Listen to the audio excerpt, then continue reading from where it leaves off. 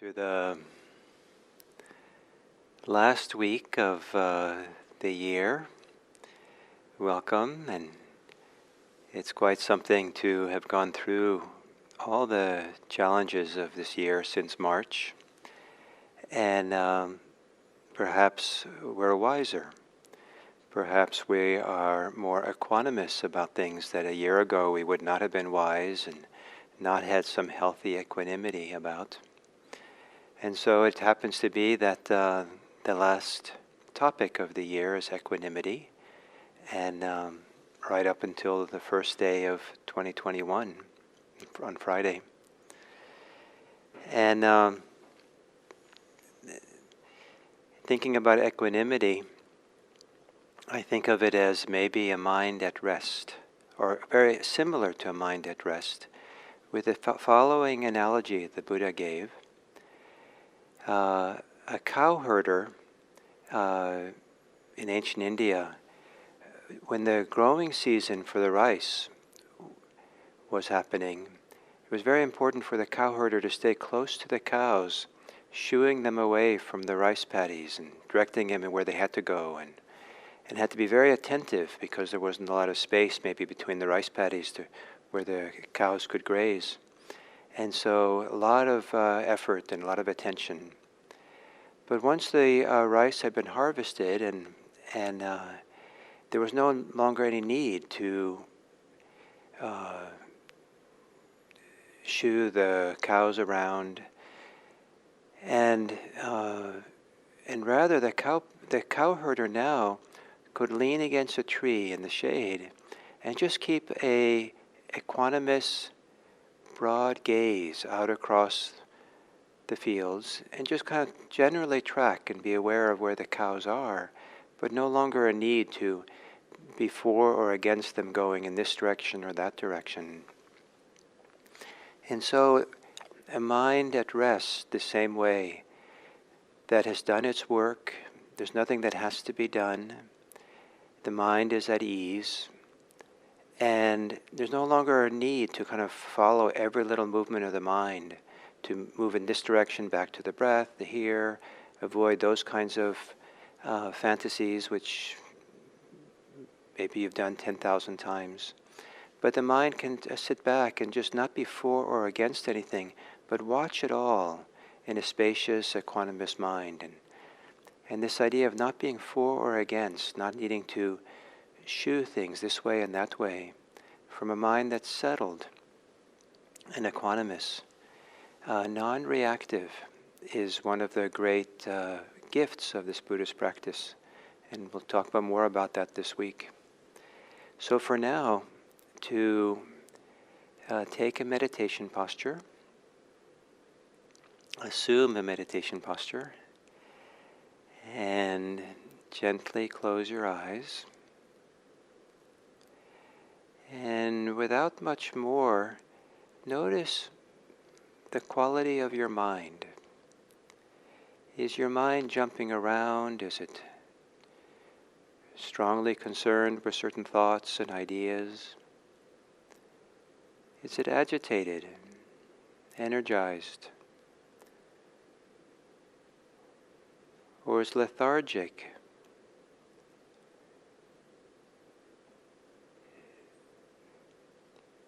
Is it hesitant and reluctant?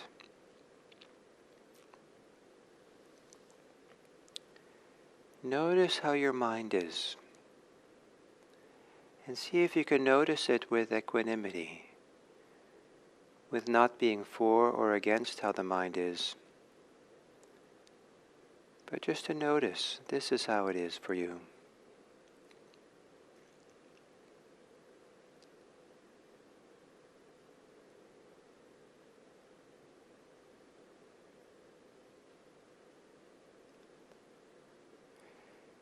And then noticing the knowing in and of itself, in the simplicity of knowing something, there are qualities of equanimity, qualities of not being for or against, just to know.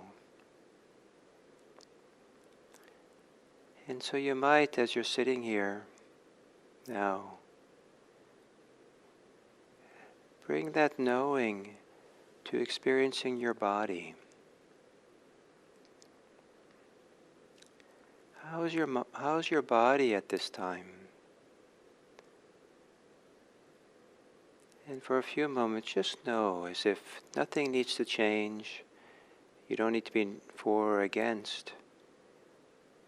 Because if you're for or against something, it's harder to know it clearly, to really see what's happening.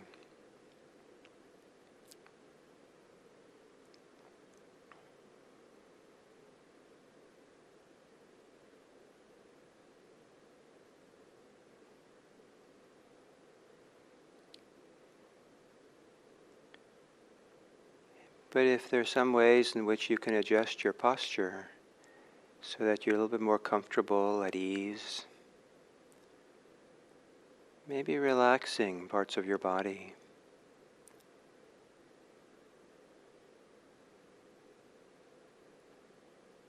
There is a subtle way which in the movement of the mind as it relaxes the body, there can be a feeling of equanimity, a feeling of also letting go of for or against, needing to do anything, even though you are relaxing. Softening the shoulders.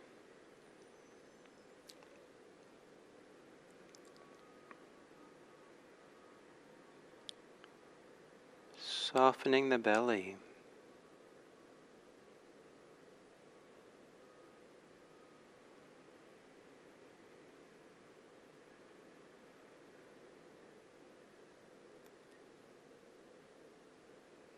Softening the arms, the elbows.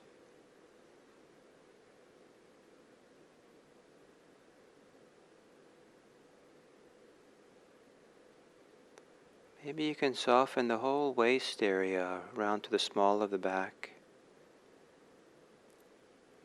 Maybe by relaxing the tops of the thighs.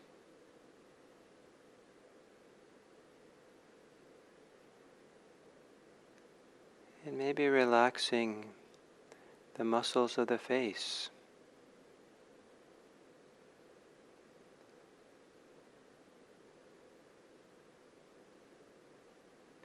And then if it's possible, letting your mind be at rest. As if for this time, there's no more work. There's no more anything to be afraid of or to prove or to avoid.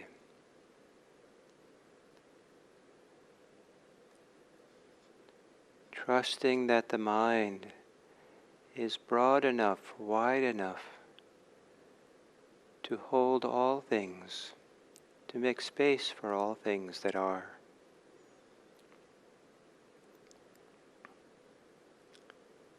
And because there's so much space in the mind and the heart, it's possible also to be equanimous, to not be for or against, but to be at rest in the awareness of what's happening.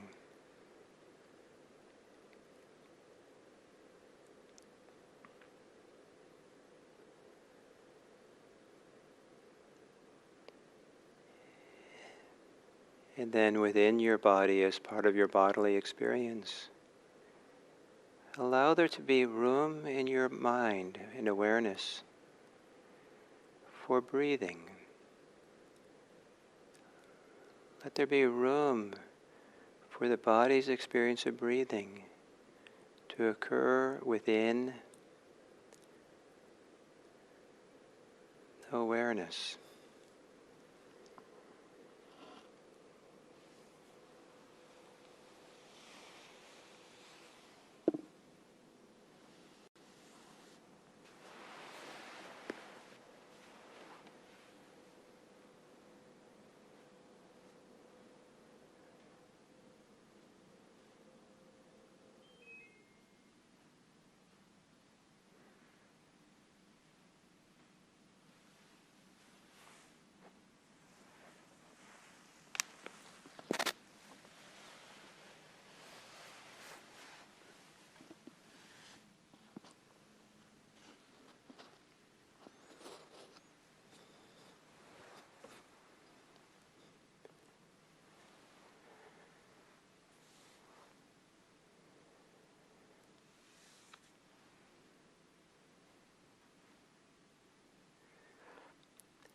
and to experiment a little bit with your mind, your awareness, to see if you can find a way to really feel and sense the inhales and exhales without it needing to be any different than the way it is. Whether it's comfortable or uncomfortable to breathe, whether your attention on the breath is clear and continuous or not.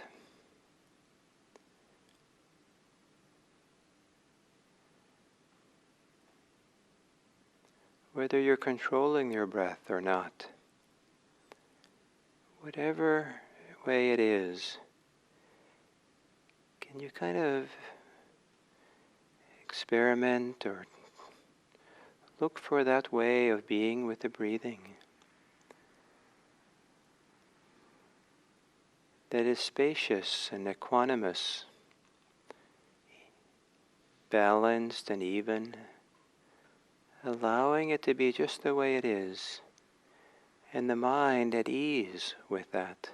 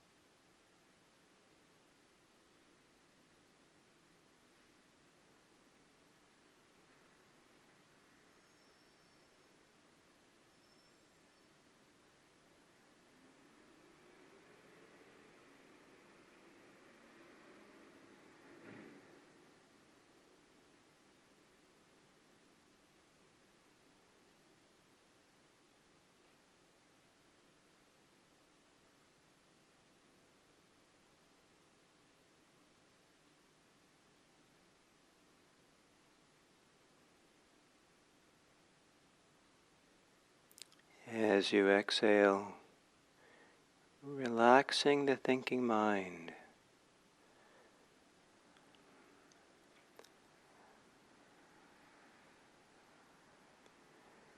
As you exhale, quiet your thinking.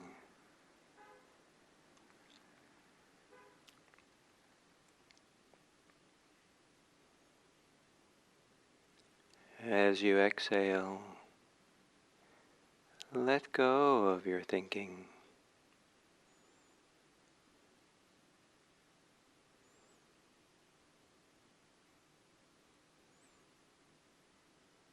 Thinking is often part of an agitated mind, a mind that's for or against things. as thinking becomes quieter, you might look for the increased equanimity, or the way in which the mind is more at rest, at ease.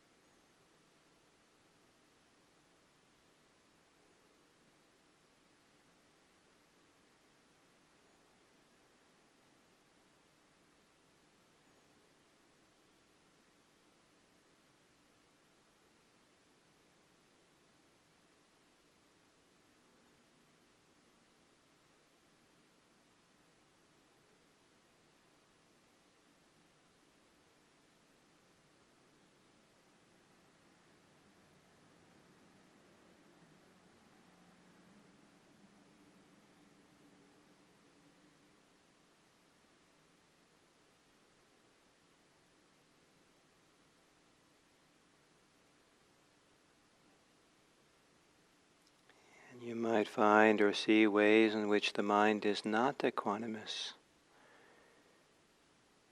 And you step back with awareness and really notice how your mind is. You might find that it's very much involved in wanting or not wanting. being disturbed or being depressed in some way.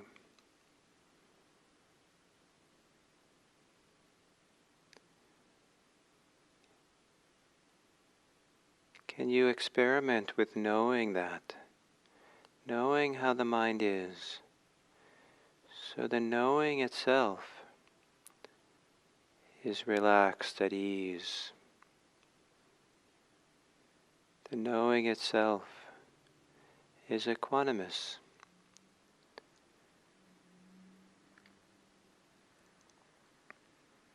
And with some modicum of equanimity,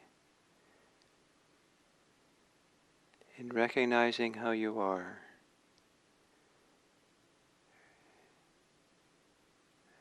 open up again to your breathing,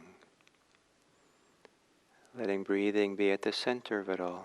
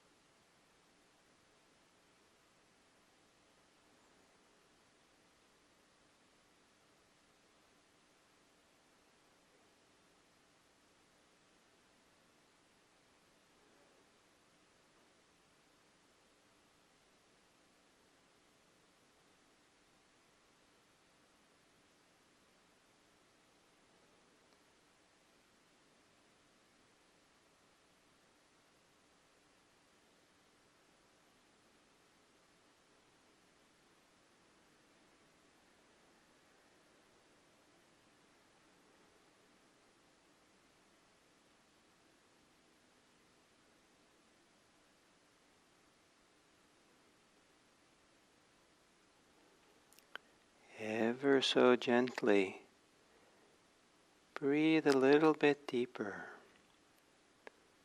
exhaling a little bit more fully. Gently enough so that the mind is restful as you do so. The mind is curious, present.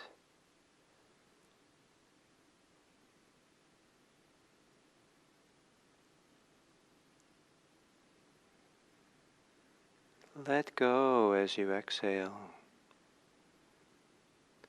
Let go of all things while you let go into the breathing. Just breathing.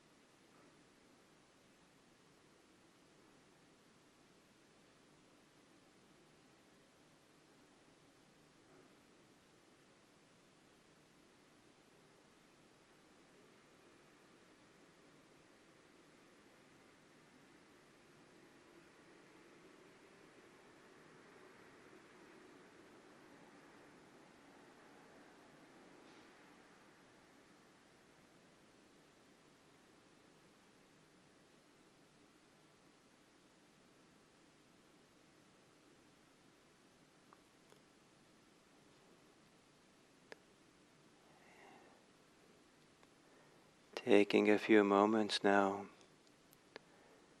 to notice whatever degree your mind is equanimous or at rest or at ease, or perhaps your heart at ease, at rest, equanimous with here in the present moment with how things are. Breathing in and out.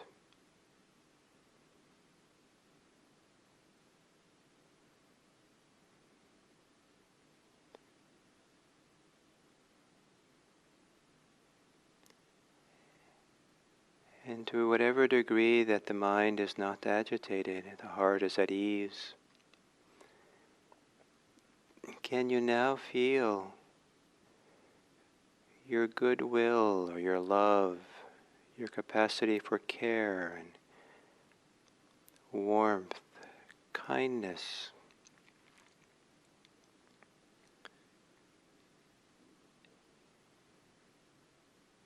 It's almost as if equanimity clears the air, clears the agitation that allows the capacity for love, for kindness and friendliness.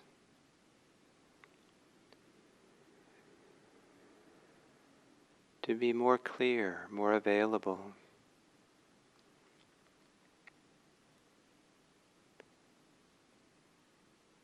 And perhaps there's a way in which there can be love, compassion, goodwill, that is itself at rest, or is itself easy or equanimous,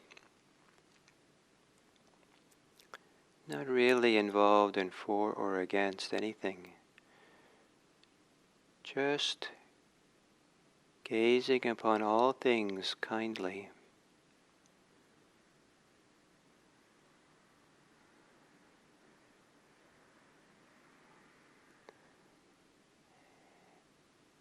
And allowing whatever sense of kindness you have to now open up and take in the people in your life,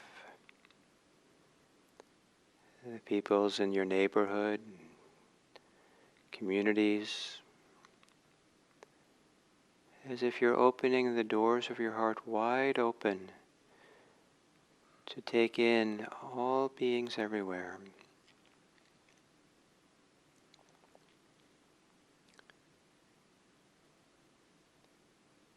with equanimity, with non-agitation.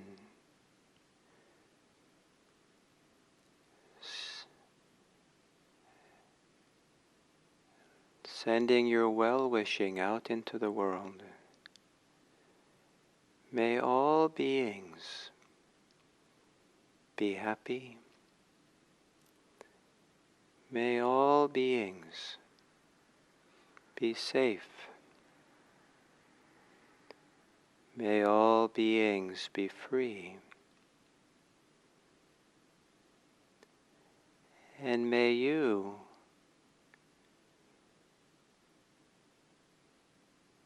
bring an equanimous care and love in your communication with other people today.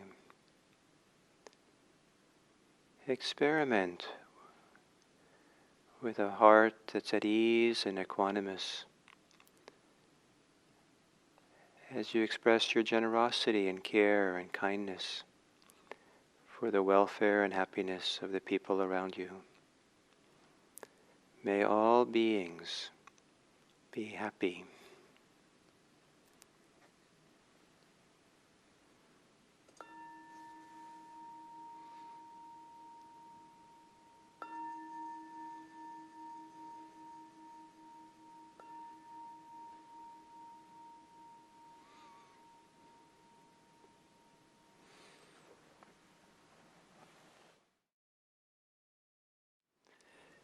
So I want to welcome you to the land of equanimity, the time of equanimity. That this is the topic for this week's 5 talks. And in particular, it's the Equanimity Brahmavihara. It's a form of love which is characterized by upekkha, which is the Pali word for equanimity. And it is maybe counterintuitive for many people to think of love as being synonymous or connected to equanimity, because love seems to be something that's more proactive, engaged, going towards people, doing something, being expressed, many things. But in fact, I think it's not too difficult to analyze love the way that it's often practiced in the world around us, is that it's often mixed up with other attitudes and needs and desires. That sometimes love is mixed up with what we need. If we need company, we need security, sometimes people feel like they need admiration. Sometimes love is mixed up with fear, and sometimes love is mixed up with lust. Sometimes it's mixed up with power, and sometimes it's mixed up with status, and all kinds of things that comes along with love. And sometimes it's very hard to see the difference between some of these other elements that come along with love and love itself. I like to think of the practice of mindfulness as well as the practices of loving kindness, compassion, sympathetic joy, and equanimity as being practices that purify love, that simplify it like you would simplify gold down to its beautiful essence. You take out the dross, take out the impurities that are there. So that as we simplify our love or clarify the love, so it's not mixed up with these other needs and other things going on, it becomes more and more a wonderful treasure, a wonderful jewel inside of us that it's a source of nourishment, support. And so to purify our love, to clarify our love. And so, for example, for loving kindness, what gets purified from is any form of ill will, and any form of love that has to do with our self-centeredness, self-preoccupation. What's in it for me? As we practice or connect to compassion, compassion is freed certainly from any tendency for cruelty, to harm people, and it's also purified from any sense of distress, any sense of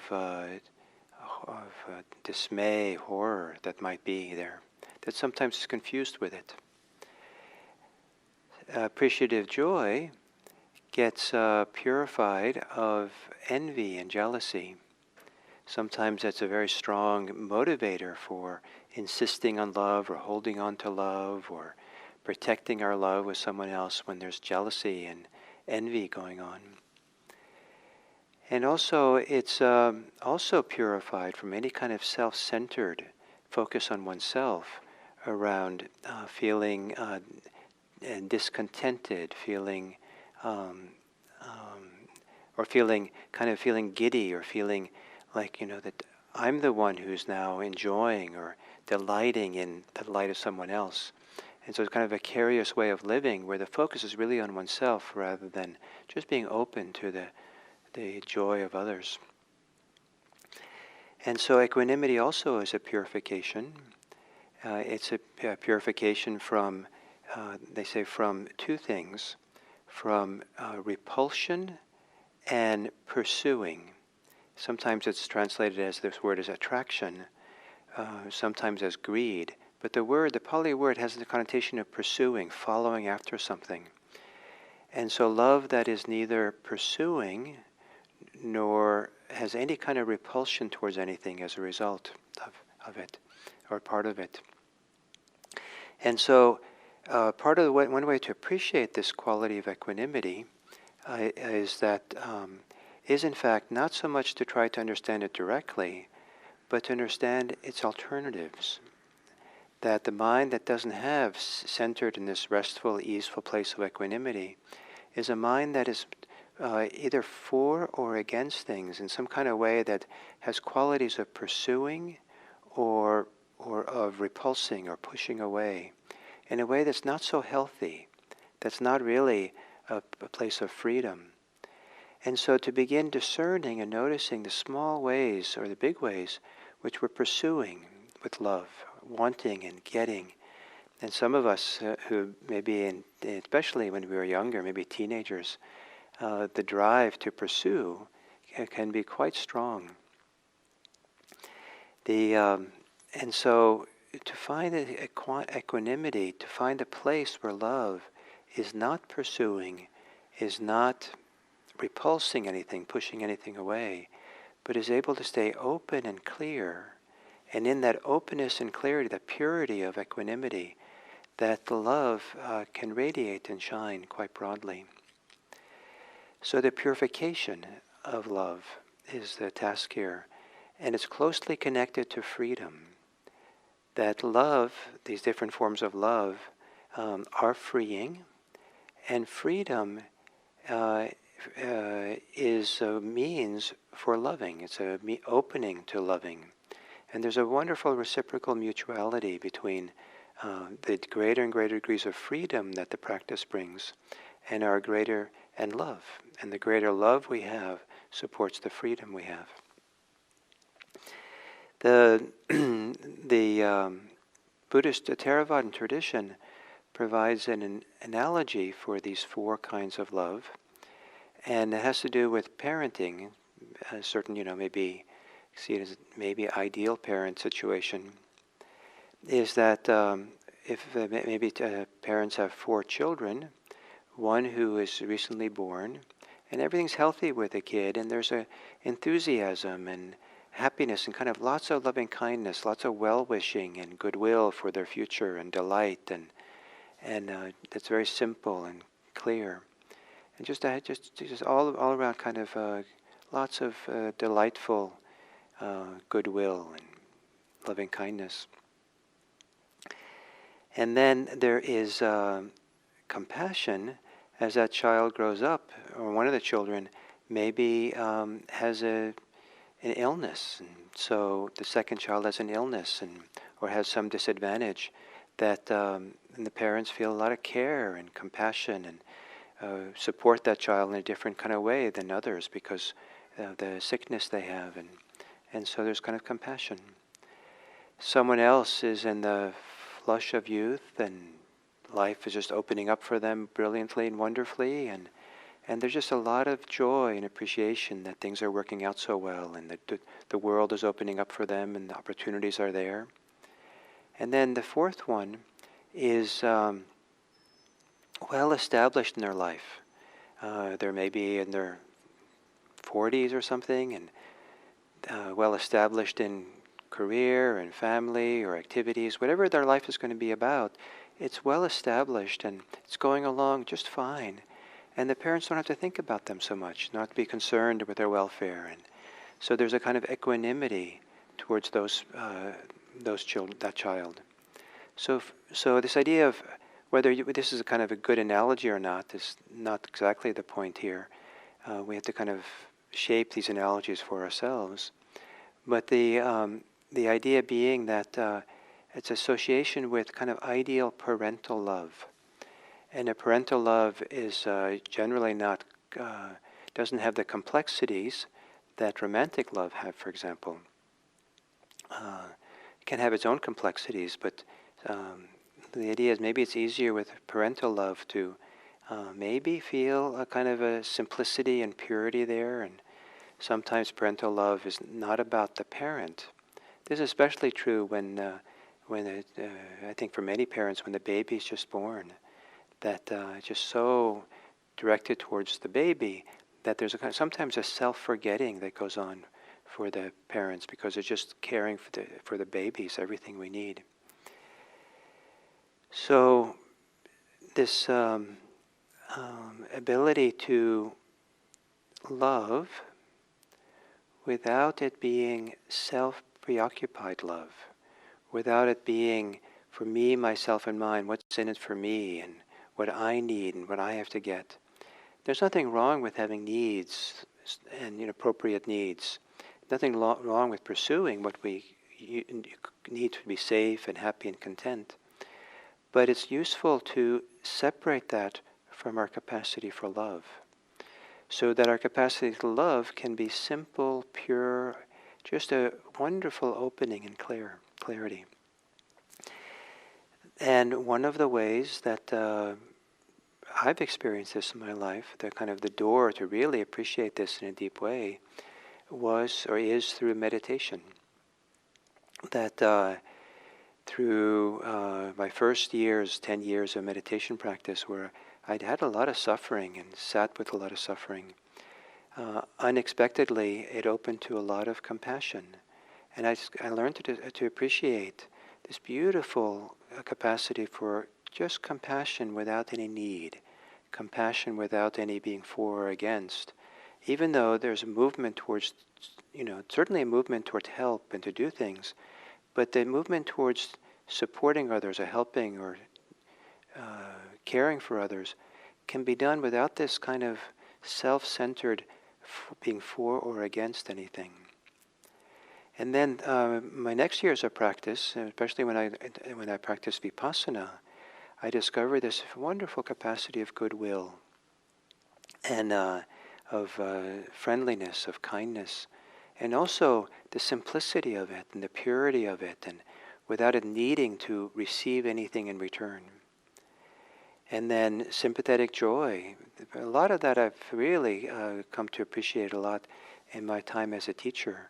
Just feeling so much appreciation, so much delight in other people and other practitioners, and learning there also a way in which that coming out of meditation, that delight and joy can be so simple and so without any needs or needing to do anything really, just a delight and joy. And then equanimity. And the love of equanimity has a lot also to do with meditation and the way in which I've discovered freedom in meditation, freedom from attachments and clinging, and just kind of feeling sometimes this real tender warmth and care and kindness that extends to people who I don't really like, or have trouble with, or disturbed by what they do. And to have this ability to have love and equanimity to suffer so widely, my love and equanimity to spread out in such a clean way is also one of the great treasures. So, so this topic for this week is equanimity, and it's one of the great important topics. It has a lot to do, more than the others maybe, with wisdom, and we'll see that wisdom comes into play, and how the practice really comes to play, and to really cultivate and develop this equanimity factor, and how it is also leads to freedom. So that's the topic for the week, and we'll end it on Friday with the new year, and on the 1st.